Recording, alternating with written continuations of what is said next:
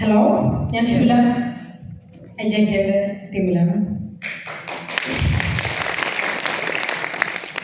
ശരിക്കും നമ്മളൊക്കെ ലോകത്തിലെ വലിയ ഭാഗ്യവാന്മാരാണ്. കാരണം നമ്മൾ ജസ്പീഡിലാണ് വർക്ക് ചെയ്യുന്നത്.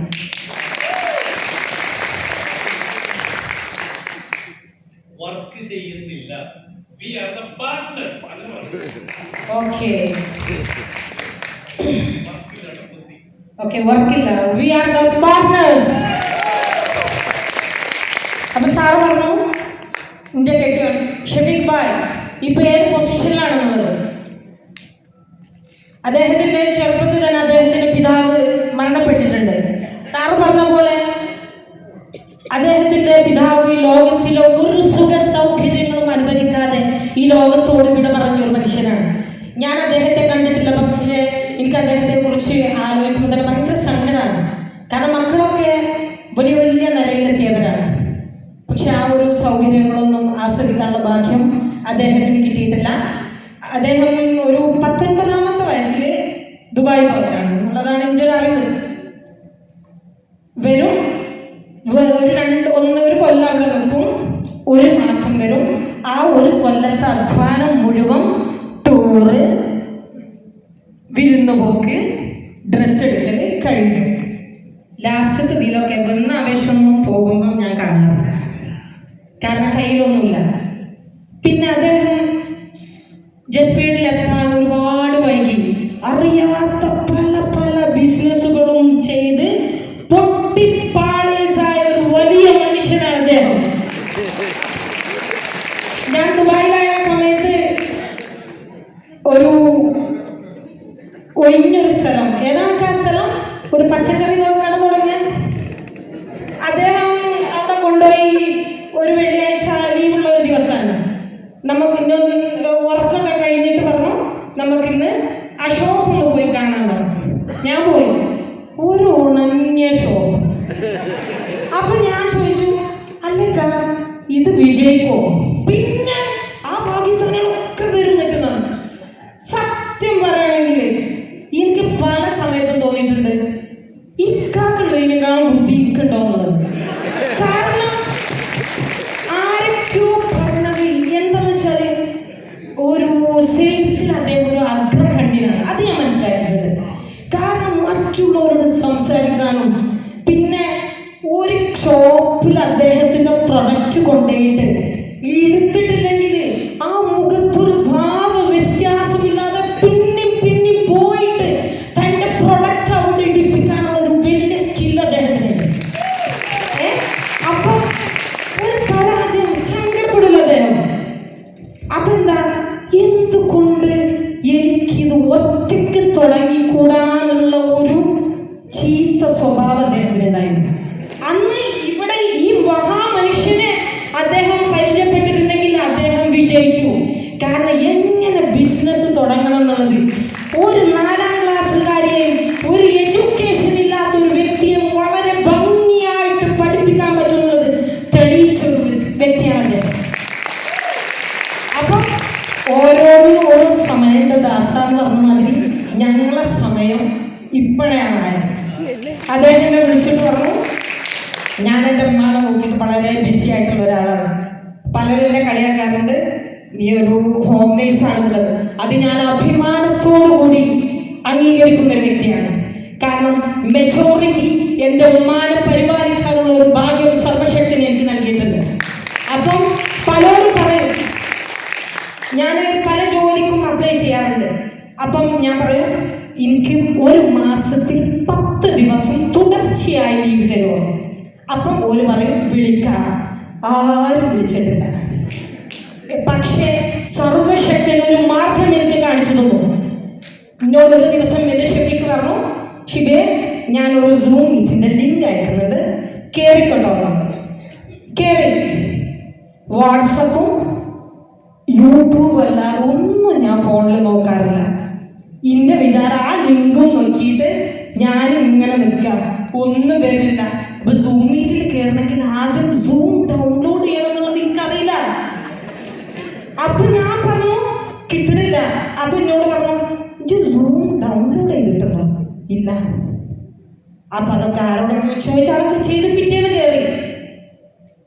കേറിയിട്ട് ഒരു തലയും വാലും കിട്ടിയിട്ടില്ല. നിങ്ങൾക്കൊക്കെ കിട്ടും, കാരണം നിങ്ങളത് കണ്ടിന്യൂ ചെയ്യുന്നവരാണ്. ഞാൻ കേട്ടിരുന്നു, അങ്ങനെ ഇരുന്ന് 2-3 ദിവസമൊക്കെ കേട്ടു.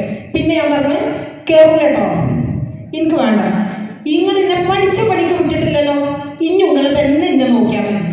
അപ്പൊ ആ മനുഷ്യന് പൊതുവെ എങ്ങനെയാണ്, ഒരു ശാന്ത സ്വഭാവക്കാരനാണ്. ഞാൻ വൈകുന്നേരമാണ് പോലെ ഒന്നും മൂപ്പര് വൈകുന്നേരമാവില്ല. അപ്പൊ എന്ത് ചെയ്തു, കേറില്ല. പിന്നെ എന്ത് ചെയ്തു, അപ്പൊ എന്നോട് സുബേർക്ക് എന്നെ വിളിക്കും ഇടക്കിടക്ക്. അപ്പൊ ഞാൻ ആ ഫോൺ എടുക്കൂല, കാരണം വെറുതെ ഞാൻ എന്തെങ്കിലും കയറാൻ പോകും. ഷെഫി ചോദിച്ചു എന്താണ്, ഞാൻ പറഞ്ഞു എന്നോട് പറയും വേണ്ട, ഞാൻ അതിക്ക് കേറൂല. പിന്നെ പിന്നെ പിന്നെ എന്തോ ലൈഫിൽ എന്തെങ്കിലും 41.5 കഴിഞ്ഞു, 42 ആവാനായി, ഒന്നും ചെയ്തിട്ടില്ല. പിന്നെ എനിക്ക് തോന്നി എന്തെങ്കിലും ഒന്ന് ചെയ്യണ്ടേ. എല്ലാവരും പൊതുവേ പറയുന്നുണ്ട് കസ്തൂരിന്റെ ഗന്ധം വരുന്നത് മാനിൽ നിന്നാണെന്ന് അറിയില്ല എന്ന് പറഞ്ഞ മാതിരി. അതെനിക്ക് തോന്നി, പലരും ഇങ്ങനെ പറയും കുഴപ്പമില്ല. അപ്പൊ എനിക്ക് തോന്നി എന്തൊക്കെയോ ഒരു ചെറിയ ഘടകങ്ങൾ എൻ്റെ കയ്യിലുണ്ടല്ലോ, എന്നാ എന്തുകൊണ്ട് അത് നല്ല രീതിയിൽ ഉപയോഗിക്കാൻ പറ്റിയ ഒരു പ്ലാറ്റ്ഫോം എൻ്റെ കയ്യിൽ വന്നിട്ട് ഞാൻ എന്തിനാണ് അത് തട്ടിക്കളയുന്നത്. ഞാൻ ഇറങ്ങിയിട്ട് സൂം മീറ്റിൽ വീണ്ടും കയറി. അപ്പൊ കണ്ടിട്ട് ആദ്യം ഒന്നും ഞാൻ മൈൻഡ് ചെയ്തിട്ടില്ല കിട്ടിയത്. പിന്നെ കയറിട്ട് ഇതിന്റെ ഇതെന്താണെന്നറിയോ, സാറ് ക്ലാസ് കേൾക്കും, നേരെ ഇങ്ങോട്ട് നിൽക്കും. ഇങ്ങോട്ട് ആരൊക്കെയായി സൂമിലുള്ളത്, ആരൊക്കെയുള്ളത് എന്നൊക്കെ നോക്കി ഞാനൊരു അറ്റൻഡൻസ് കൊടുക്കും എല്ലാവർക്കും. ഇതെന്താ വെള്ളം കണ്ടല്ലോ,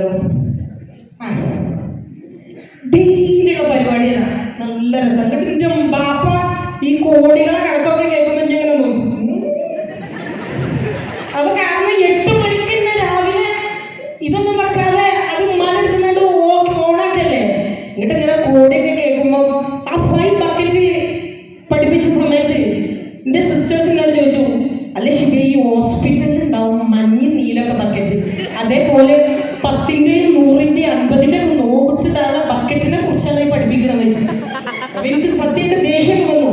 പക്ഷെ എന്നെ കളിയാക്കിയ ആ വ്യക്തിയാണ് എന്റെ ഫസ്റ്റ് ഇൻവെസ്റ്റർ.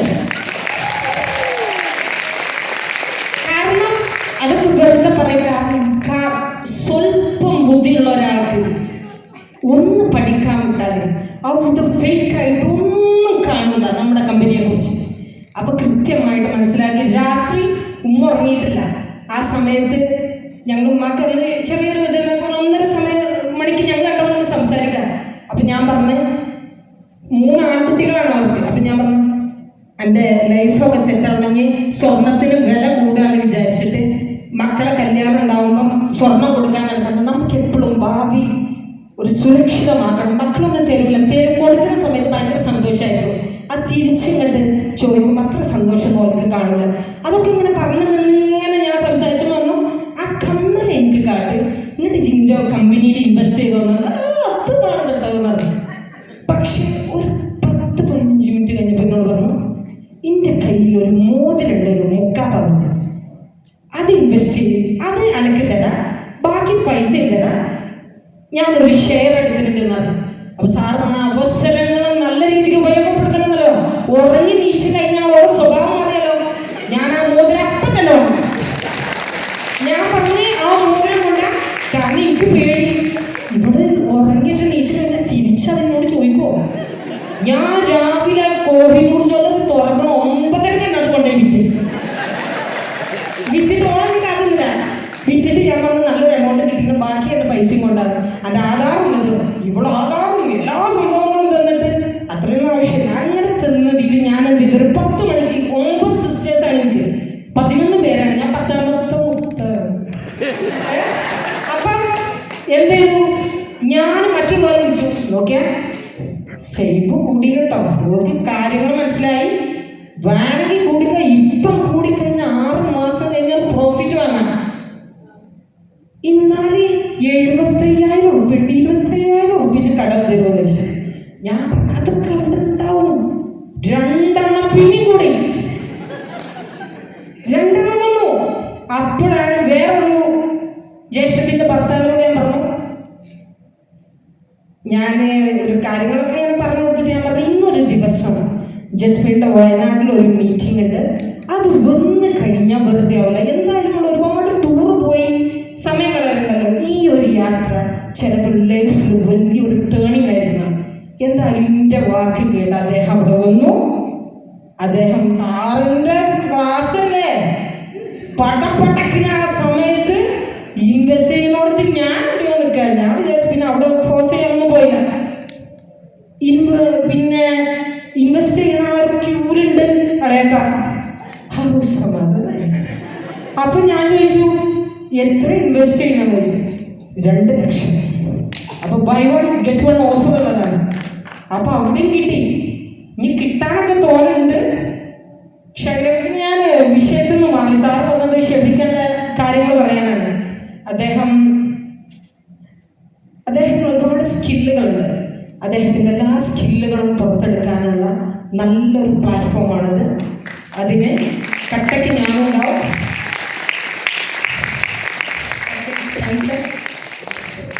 ഓക്കെ നല്ലൊരു